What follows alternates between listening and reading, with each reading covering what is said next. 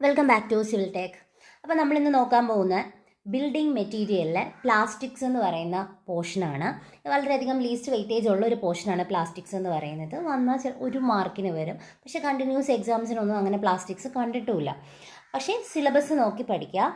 അപ്പോൾ നമുക്ക് പ്ലാസ്റ്റിക്സ് എന്താണെന്ന് നോക്കാം. പ്ലാസ്റ്റിക്സ് എന്ന് പറഞ്ഞാൽ നമുക്കറിയാം, ഇതൊരു സിന്തറ്റിക് മെറ്റീരിയലാണ്. വൈഡ് റേഞ്ചിൽ തന്നെ നമ്മളിപ്പോൾ യൂസ് ചെയ്യുന്ന ഒരു ഓർഗാനിക് പോളിമേഴ്സൊക്കെ വെച്ചിട്ടുള്ള ഒരു മെറ്റീരിയലാണ് എന്തെന്ന് പറയുന്നത് പ്ലാസ്റ്റിക്സ് എന്ന് പറയുന്നത്. ഇപ്പോൾ ഈ ഓർഗാനിക് പോളിമേഴ്സ് എന്ന് പറയുമ്പോൾ നമ്മൾ പോളിയെത്തിലിൻ, PVC, നൈലോൺ ഇതൊക്കെയാണ് നമ്മൾ മെയിനായിട്ട് പറയുന്നത്. അതുപോലെ നമുക്ക് കറക്റ്റ് ഷേപ്പിൽ സെറ്റ് ചെയ്തെടുക്കാൻ പറ്റുന്ന ഒരു ഇലാസ്റ്റിക് ഫോമിലുള്ള ഒരു മെറ്റീരിയലാണ് പ്ലാസ്റ്റിക്സ് എന്ന് പറയുന്നത്.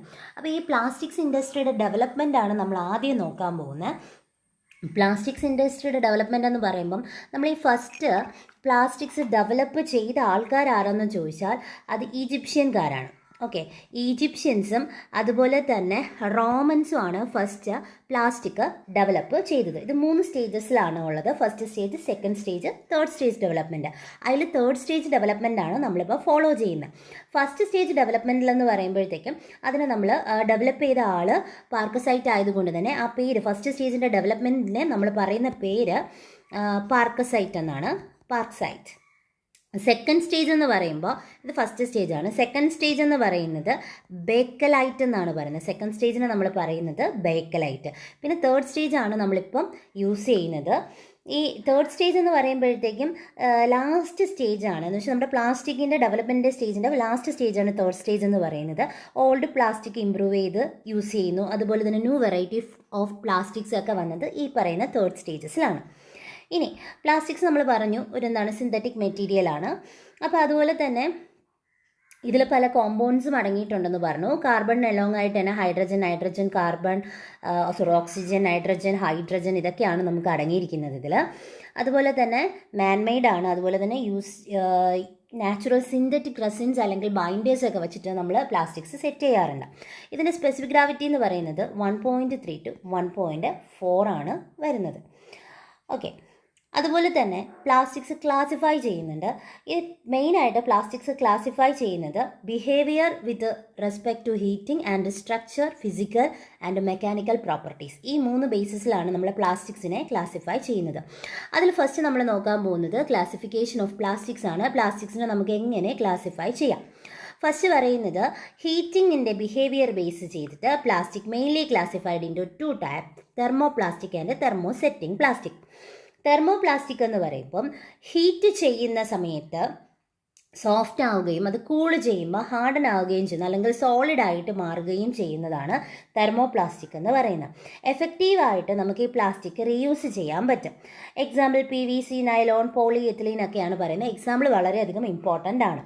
അതുപോലെ തന്നെ ഈ ഒരു പ്രോസസ്സിന് നമ്മൾ ആൽക്കൈഡ്, സെല്ലുലോസ്, മീഥൈൽ മെഥിലാക്രിലേറ്റ്, വിനൈൽ ഇതുപോലത്തെ റെസിൻസ് ആണ് നമ്മൾ യൂസ് ചെയ്യുന്നത്. ഇനി തെർമോസെറ്റിംഗ് പ്ലാസ്റ്റിക്കിനെ കുറിച്ച് പറയാനാണെങ്കിൽ പ്ലാസ്റ്റിക് ഈ ഹീറ്റ് ചെയ്യുന്ന സമയത്ത് ഹാർഡൻ ആവുകയാണ് ചെയ്യുന്നത്. ആ ഹാർഡൻ ആവുന്ന സ്റ്റേജ് കൂളിംഗ് ആകുമ്പോഴും അങ്ങനെ തന്നെ നിലനിൽക്കുകയുള്ളൂ. അതുപോലെ തെർമോസെറ്റിങ്ങിൻ്റെ ആ ഒരു സെറ്റ് ചെയ്യാനുള്ള ടെമ്പറേച്ചർ എന്ന് പറയുന്നത് 127 to 177 ഡിഗ്രി സെൽഷ്യസ് ആണ്. ഇതൊരു 343 ഡിഗ്രി സെൽഷ്യസ് ഒക്കെ ആവുമ്പോൾ ആ സെറ്റിങ്ങിൻ്റെ എഫക്റ്റ് മാറി ചാറി, എന്ന് വെച്ചാൽ കരിഞ്ഞു പോകാനുള്ള ചാൻസിലോട്ടാണ് വരുന്നത്. അതുപോലെ വളരെയധികം ഡ്യൂറബിൾ ആണ്, സ്ട്രോങ് ആണ്, ഹാർഡാണ്. എഞ്ചിനീയറിംഗ് ആപ്ലിക്കേഷൻസിനൊക്കെ നമ്മൾ കൂടുതലും യൂസ് ചെയ്യുന്ന തെർമോസെറ്റിംഗ് ആണ്. എക്സാമ്പിളായിട്ട് നമ്മൾ ബാക്ക്ലൈറ്റ് പറയാൻ പറ്റും, മെലാമിൻ പോളിസ്റ്റർ പറയാൻ പറ്റും, മെപ്പോക്സി ഒക്കെ പറയാൻ പറ്റും. ഈ മെലാമിൻ എന്ന് പറയുമ്പോഴത്തേക്കും നമ്മുടെ ഫയർ ഡിപ്പാർട്ട്മെൻറ്റിലുള്ള ആൾക്കാർ യൂസ് ചെയ്യുന്ന ക്ലോത്തൊക്കെ നമ്മൾ മെലാമിൻ കൊണ്ടാണ് കൂടുതലും യൂസ് ചെയ്യുന്നത്. കാരണം ഹീറ്റിന് റെസിസ്റ്റ് ചെയ്യാനുള്ള കപ്പാസിറ്റി ഉള്ളൊരു പ്ലാസ്റ്റിക്സ് ആണ് എന്തെന്ന് പറയുന്നത് മെലാമിൻ എന്ന് പറയുന്നത്, മെലാമിൻ പോളിസ്റ്റർ. ഇനി ഇതിന് യൂസ് ചെയ്യുന്ന റെസിൻസ് എന്ന് പറയുമ്പം കെസൈന്, യൂറിയ ഫോമാൽഡിഹൈഡ്, അതുപോലെ ഫിനോൾ ഫോമാൽഡിഹൈഡ്, മെലാമിൻ ഫോമാൽഡിഹൈഡ് ഇതൊക്കെയാണ് നമ്മൾ കൂടുതലും തെർമോസെറ്റിംഗ് പ്ലാസ്റ്റിക്സിന് വേണ്ടിയിട്ട് യൂസ് ചെയ്യുന്ന റെസിൻസ്. ഇനി അടുത്ത് നമ്മൾ പറയുന്നത് സ്ട്രക്ചർ ബേസ് ചെയ്തിട്ടുള്ള ക്ലാസിഫിക്കേഷനാണ്. സ്ട്രക്ചർ ബേസ് ചെയ്തിട്ട് ഹോമോജീനിയസും ഹെട്രോജീനിയസും ഉണ്ട്. ഹോമോജീനിയസ് എന്ന് പറയുമ്പോൾ കാർബണിൻ്റെ ആറ്റംസിൻ്റെ ഒരു ചെയിൻ ആയിരിക്കും ഹോമോജീനിയസിൽ വരുന്നത്. പക്ഷേ ഹെട്രോജീനിയസ് എന്ന് പറയുമ്പം അവിടെ കാർബൺ മാത്രമായിരിക്കില്ല, നൈട്രജനും ഓക്സിജൻ്റെയൊക്കെ ഒരു ചെയിനാണ് ഹെട്രോജീനിയസിൽ വരുന്നത്. നെക്സ്റ്റ് ക്ലാസിഫിക്കേഷൻ പറഞ്ഞിരിക്കുന്നത് ഫിസിക്കൽ പ്രോപ്പർട്ടീസ് അല്ലെങ്കിൽ mechanical properties, physical and mechanical properties base ചെയ്തിട്ടാണ്. അതിൽ 4 ടൈപ്പ് പറയുന്നുണ്ട്. Rigid plastic, semi rigid, soft plastic, elastomers ആണ് വരുന്നത്. ഇതിൽ റിജിഡ് എന്ന് പറയുമ്പോൾ നമ്മുടെ മോഡുലസ് ഓഫ് ലാസ്റ്റിസിറ്റി എന്ന് പറയുന്നത് എങ്ങനെയായിരിക്കും? ഹൈ ആയിരിക്കും. റിജിഡ് എന്ന് പറയുമ്പോൾ മോഡുലസ് ഓഫ് ലാസ്റ്റിസിറ്റി എന്ന് പറയുന്നത് ഹൈ ആയിട്ടാണ് വരുന്നത്. അതുപോലെ തന്നെ ഇതിൻ്റെ ഷേപ്സ് എന്ന് പറയുമ്പം എക്സ്റ്റേണൽ സ്ട്രെസ്സസിൻ്റെ ബേസിസിൽ നമുക്ക് റീറ്റെയിൻ ചെയ്യാനും പറ്റും. പിന്നെ സെമി റിജിഡ് പ്ലാസ്റ്റിക്സ് എന്ന് പറഞ്ഞാൽ മീഡിയം മോഡുലസ് ഓഫ് ലാസ്റ്റിസിറ്റി ആയിരിക്കും. ഇലോങ്ങേഷൻ എന്ന് പറയുമ്പോൾ കംപ്ലീറ്റ്ലി ഡിസപ്പിയർ ആയിട്ടാണ് പോകുന്നത്. സോഫ്റ്റ് പ്ലാസ്റ്റിക്സ് എന്ന് പറയുമ്പോൾ മോഡുലസ് ഓഫ് ലാസ്റ്റിസിറ്റി കുറവാണ്, ഇലോങ്ങേഷൻ പതുക്കെ മാത്രമേ ഡിസപ്പിയർ ആവത്തുള്ളൂ. അതുപോലെ തന്നെ ഇലാസ്റ്റോമർ എന്ന് പറഞ്ഞാൽ ലാസ്റ്റ് വണ്ണാണ് ഇലാസ്റ്റോമർ, വളരെയധികം മോഡുലസ് ഓഫ് ലാസ്റ്റിസിറ്റി കുറവാണ്. സോഫ്റ്റ് ഇലാസ്റ്റിക് പ്ലാസ്റ്റിക്സ് ആണ് ഇലാസ്റ്റോമർ എന്ന് പറയുന്നത്.